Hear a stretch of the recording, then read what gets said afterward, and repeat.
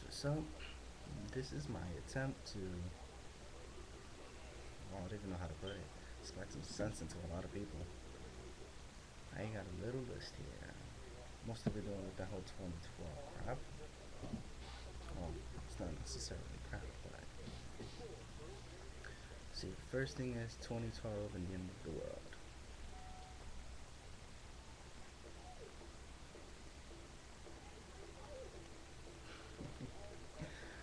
Okay, first thing is how many times was the end of the world projected before?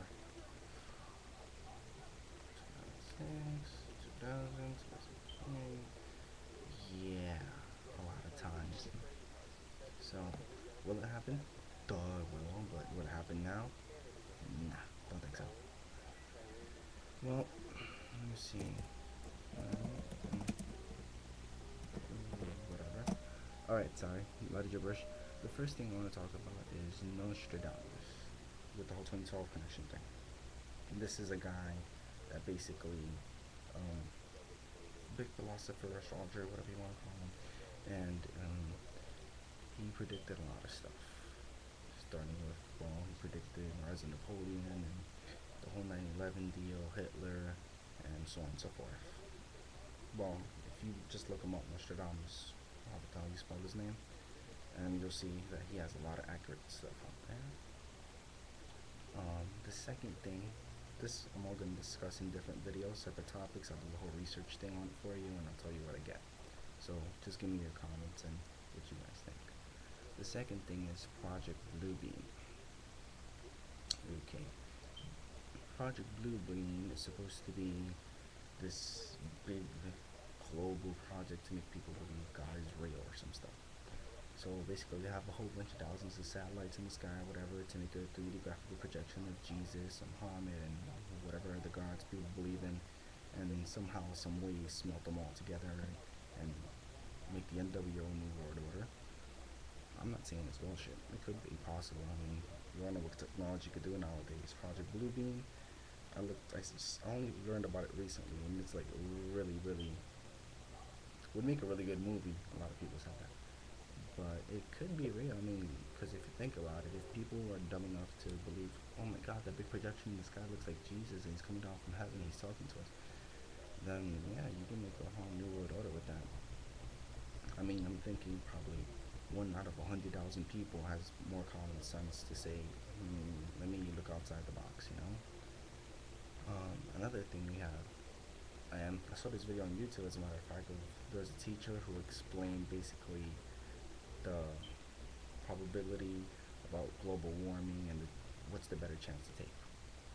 The simple thing is that we have, for example, global warming. This is my example. If global warming is true, and choice A and one, there's four boxes A and one. Global warming is true, and one, we do something about it. We do start using more green energy, green jobs, recycle stuff, so on and so forth. You know, we have a better world. It costs a little more money, but we're alive. We're all good. Okay. If choice two or choice B, option two, global warming is false, and we still believe that was real, and we did a lot to try to keep our planet, you know, ticking properly, as I would say, then yeah, we'll probably spend a lot of money, change a lot of lifestyles, and so on and so forth, just to find out global warming is fake. But if you think about it, what we lost was a little bit of time, a little bit of money, but kind of put into pitching for the whole planet thing. And then we have the last thing is global warming is, well, not the last thing, this is semi-last. Or the last thing, global warming is actually real, and we didn't do anything about it. We didn't believe it. We thought it was BS. And okay, we have all these natural disasters going on, people running out of food, people running out of energy, and there's wars and famine and all this other stuff. So worst case scenario, that would be the end of the world. So which one would you prefer? It being true that global warming is real and we actually did something about it, and thus we have a better life, or global warming is false and we did do something about it just to be safe.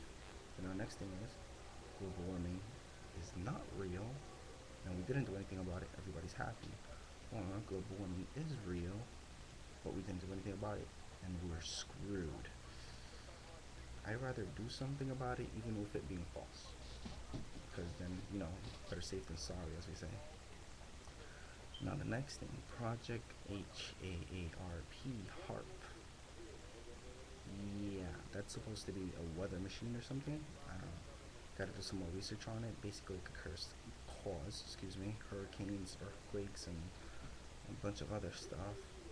Gotta do some research into that, but that seems to be real harsh and really possible. Already touched up on the whole global warming thing. Project Bluebeam, reptilians. Oh yeah, another thing people are going nuts about. Reptilians are supposed to be like aliens or something that are gonna come take over the planet, and that the reptilians are like the president or something, or people in the government with high powers and so on and so forth. Um, I did my research on reptilians, and I have found nothing solid, nothing that could really say, oh my god, look, this race of whatevers are among us and they're taking over the world. They got these videos where people are supposedly changing into reptilians. I don't think so. It looks like something I've seen on Animorphs or some shit. Another thing, Area 51. That's another topic we're gonna get to. Area 51. I recently saw a video, well, rather a recording, where this guy was calling, basically saying that he worked in Area 51 and that he was out on medical leave or something, and that people were going to triangulate his position and so on and so forth. And he spoke about, before the connection went down, that the government is trying to reduce the world population. They know that the disasters are going to happen, they're going to cause disasters that are going to happen, but there's a safe places to put the people, and they won't do it because they want to reduce the world's population, so we would be easier to control with the NWO New World Order. There's a big connection to all these things, even though they weren't together. I found them and I figured, hey, it makes sense. And yeah, and there was one guy that was flying over Area 51. Go figure, he was on a cell phone with the same radio station person, and he was talking about, this could have been fake. This part could have been fake. The other part, I don't think so. And he was like, oh, they sent the F-16s after him, whatever. And then at the end of the phone call cut off because he said, oh, they're shooting at me. And the guy went down. Well, go figure, if that's how you treat your citizens, I don't think I want to know what is in Area 51 if that's the cause. Well, there was no truth about what time is. I call myself a realist.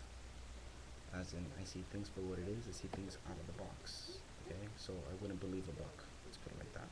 I'm not an atheist, but I would believe a book. Truth about time is basically, if to be realistic about something, you have to get to this point. This is like mind blowing if you think about it. If you don't think about it, you're like, no, it's not. Well, you're a simple, hollow, shallow person. Maybe, maybe not. The truth about time basically is time does not exist. Let me get my, yeah, don't start bugging out and laughing, I know. But if you think about it, I did see this on YouTube too. Basically, there's no past, there's no present, there's no future. Naturally speaking, time is constant, and time is only one. There's only the here and now and the today. The yesterday and the nighttime to daytime thing, that's environmental. That's when the planet rotates, and here comes daytime, here comes nighttime, but we're still in the same day if you think about it. So if the planet didn't spin, for example, I don't know what other disasters could happen if the planet didn't spin, but besides that, if the planet didn't spin, and it was always daytime wherever you are, or always nighttime wherever you are, then that's just gonna be it. There's no hours in the day, there's no going to sleep at night, waking up in the morning thing. It's only one long, everlasting, eternal day. Common sense tells you that's true. And another thing, well, to end that, is if the world is gonna end in 2012, so, I mean, okay, you tell me this, oh yeah, the Mayan calendar